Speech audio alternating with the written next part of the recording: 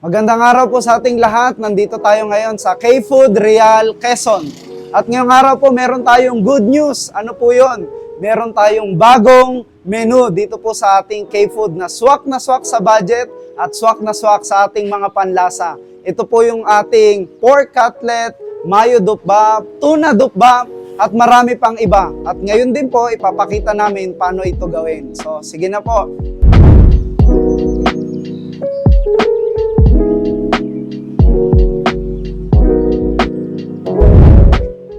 So ngayon po, ito i-prepare po natin yung ating mga ingredients for our new menu. So una po, yung pork cutlet dupbap. Ayan po siya. Ito po yung ating pork cutlet. Sa Korean po, ang tawag po dyan ay dongkas. Dongkas po. And then, meron din po siyang egg, fry egg. And then, rice. And then, ito po, ang ating kim garu. Ayan po. So siya po ay kim na nakadurog-durog na. And then, after po nun, lalagyan po siya ng teriyaki sauce. After teriyaki sauce, meron po tayong creamy mayo. So, ayan po. At ngayon, gagawin natin. Paano po natin ito ginagawa? At kasama po natin ngayon si Sister Jasmine para po sa paggawa natin ng ating dupbap. So, handa na po kayo? Let's go! Okay po, so ngayon, eto na po, ipe-prepare na natin unang-una yung ating pork cutlet dupbap. So simulan na po natin kung paano ito gawin. So una po, ilalagay natin ang pangunahing ingredients. So andyan na po yung rice, actually prepare na po natin. So papakita lang po namin paano po ito gawin. So ito po ay pork cutlet. So ilalagay lang po natin dito. Ayan po.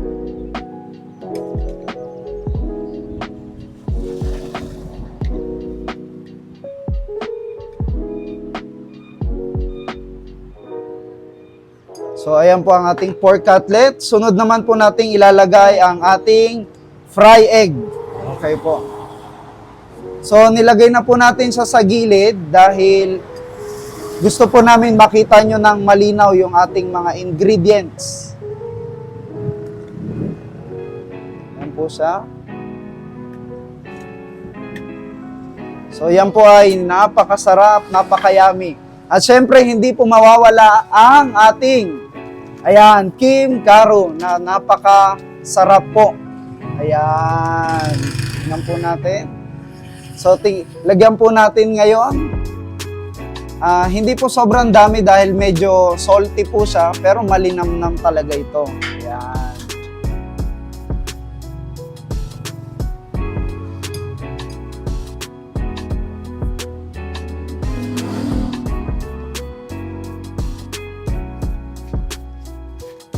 So ayan po, napakasimple lang. At panghuli po sa lahat, ilalagay po natin, una, ito pong ating teriyaki sauce.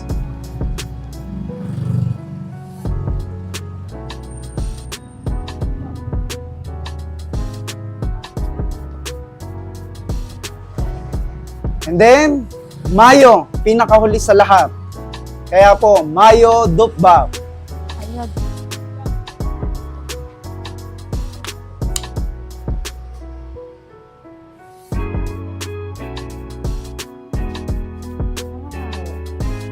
Lagyan pa po natin. Yan.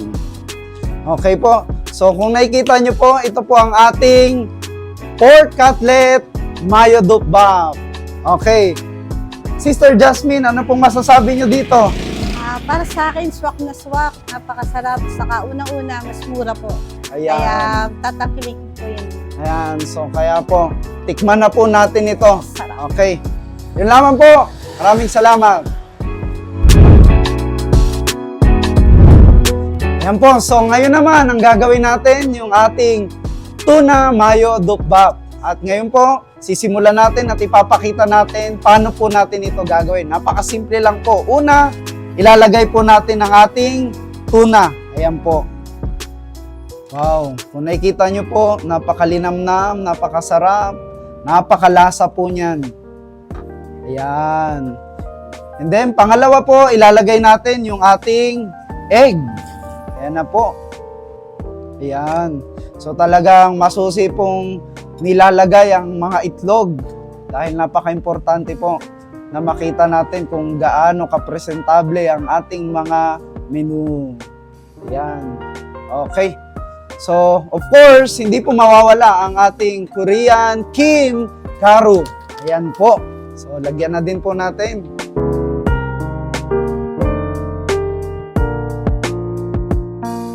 Yan. Okay po. So, nalagay na po natin yung ating egg, tuna, and then the Kim Karu. Ngayon naman po yung ating teriyaki sauce. Lalagay din po natin.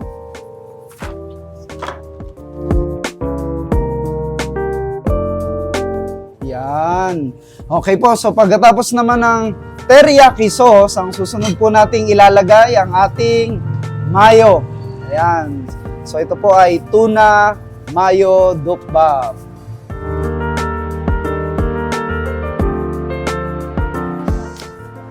Okay, so ayan na po ang ating tuna mayo dukbap. Kung titignan nyo po, napaka-yummy, napaka-juicy, at napaka-creamy. Sige po, at titikman po natin ito, ipapakita namin kung gaano po ito kasarap.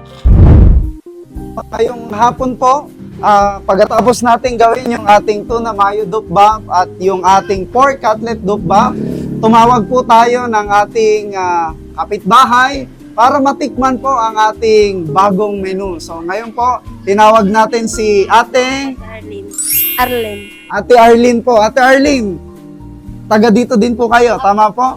So, in-invite po namin siya para tikman ang ating pork cutlet dukbap at ang ating tuna mayo dukbap. Okay, so una po, tikman po natin yung ating pork cutlet dukbap. Sige po, pakibigyan na lang po si ate para po matikman niya.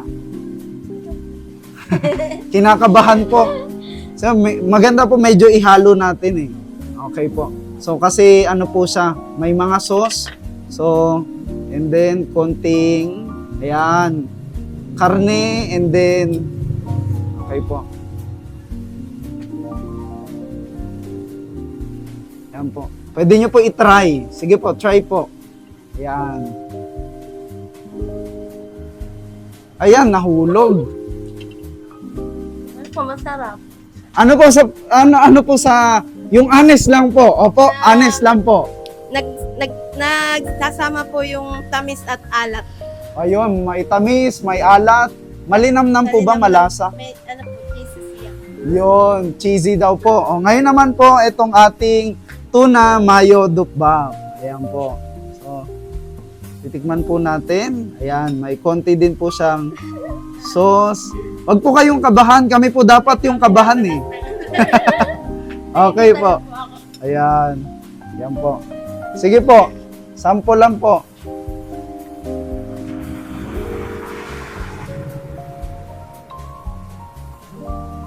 Masarap naman pa rin. Okay po. Lasang ano siya, medyo may asim, may tamis. Masarap. Okay po. So ito po ang ating tuna mayo dukbap. Kung may Lasa yung tuna. kung magugutom po kayo, may pagkakataon kayo, palagay niyo po, kakain kayo ulit nito. Opo. Wow, ayan po. Masarap po siya. Wow. Mukha Okay. po magkiklik sa ano nyo, sa Ah. restaurant nyo. Okay. Siya po may sabi niyan, si Ate. Si Ate Arlene po. Ate Arlene, ayan po. Marami pong salamat, Ate Arlene. God bless po. Thank you po. So, ayan po. Ano pang hinihintay nyo? Kung gusto nyo pong matikman to, ito po ang ating kasamahan dito po sa ating K-Food, si Sister Jasmine. Imbitahan nyo po sila. Yan po. I-invite po namin kayo. Gusto nyo po dito kumain dito po sa Rial. Meron po tayong pesto. Ito po ay K-Food Restaurant. Dito po sa may Ungos, Purok Atis po. Kaya welcome po kayo. Pasok po kayo. Mura po. Masasarap po yung aming mga inihandang pagkain po para po sa inyo. So, ito po ay 99 pesos lang. Murang-mura. So, swak. Grabe. Yan po. Okay po. Salamat po. Salamat. See you. Thank you po.